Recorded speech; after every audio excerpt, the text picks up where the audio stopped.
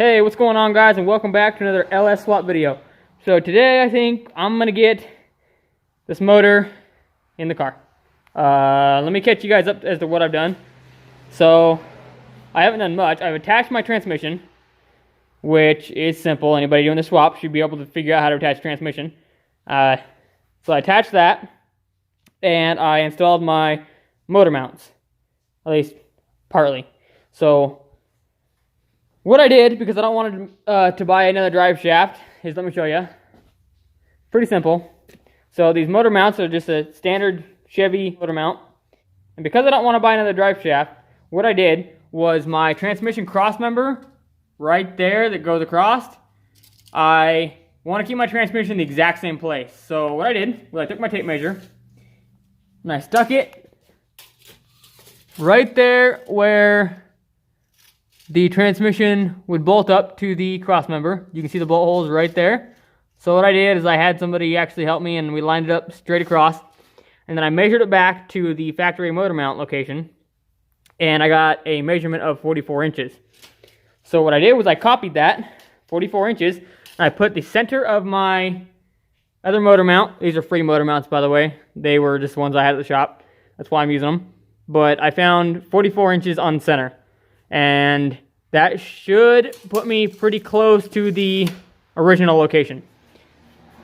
So that's how I did that. And then once I figured out the 44 inch from the cross member to the front motor mount location, I came over to the engine and I attached my transmission like you see here. And then what I did was I took my tape measure again, and right here on the transmission is the transmission mount. So I had somebody again line it up for me. And I had it sitting down there. And I took it over to here. And I found 44 inches on center. Again, which would be right there. And if I can get it lined up. But anyways, I got it there. And it's actually on the farthest forward bolt pattern. So I think it's time now that I try and get this engine and transmission set into the car and make sure that the back transmission mounts line up. So that's what I'm going to do. Other than that, I haven't done anything. I mean, I took a couple things off the engines because I don't want any clearance problems. Like I took my coil packs off because I don't know if they're going to fit in that position. But I'll find out. The other thing I think I'm going to do before I put this in the car is I might install this driver's side header. And the reason I say the driver's side header, looking at it, I've got my power steering pump right there. So it might be kind of tricky to get the header in there after I get the engine in. So I'm going to set you guys up, let you guys watch me probably struggle to get this engine and transmission in this engine bay, and see how things fit once it's in. So let's get to it.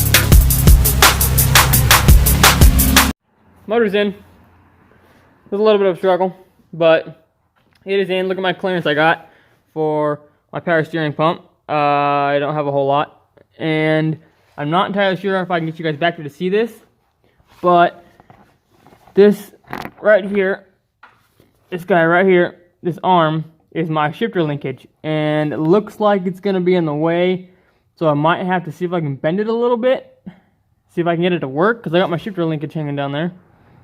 It's hanging right down there. I might have to bend that out of the way. Might have to bend it. I'm thinking if I pull it back toward me a little bit, then it might give room, because what's happening is this header right here, this long tube, is actually really close to it. So whenever I pull it up, because right now it's all the way down into the bottom gear, so whenever I pull it up into park, it's not going to go into park, because it's going to hit my header. So I'll have to figure that out. Other than that, the header fits.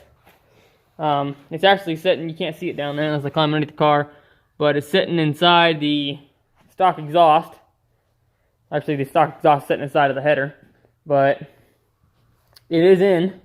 Now I think I'm gonna set my wire harness up there, get my wire harness all laid out, and I need to plumb up my fuel lines, which I also need to figure out. So I think first what I'm gonna do is set the wire harness up here, see where everything's at. I drilled a huge hole right over there in my firewall, and I'm gonna see if I can fish my wire loom through there. So let me get a wire loom set up there and see how it goes. Wire harness is on. So this is about the way it's gonna look. It's about how it's gonna look whenever you pop the hood. Wire harness is mostly hidden. I did have a problem with my back coil. It doesn't fit next to my brake, so I gotta figure that out. It shouldn't be a huge deal. I can just move it. But all my wiring is ran. There is some play here. It's not completely tight, so those aren't gonna break or snap off. And I got a wire here for my mass airflow, and I've got a wire right there for my alternator. But that is it. Wire harness is on. I got all my key hot wires sitting right here. I got to get them wired into my fuse block, which I have now mounted right there. So all these wires down here have got to be plumbed into the PCM, the car, my engine harness, and I've also got my engine harness now. See if I can get you guys in there to see it. Probably not. It does go through the firewall right there. So that is going to be it. I think I'm going to call it a day. I got quite a bit done. I got the engine in, and I got the wire harness set on top. So I'm going to call it a day.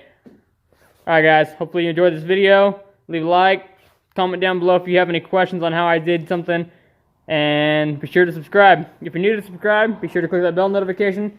Thanks guys, have a great day.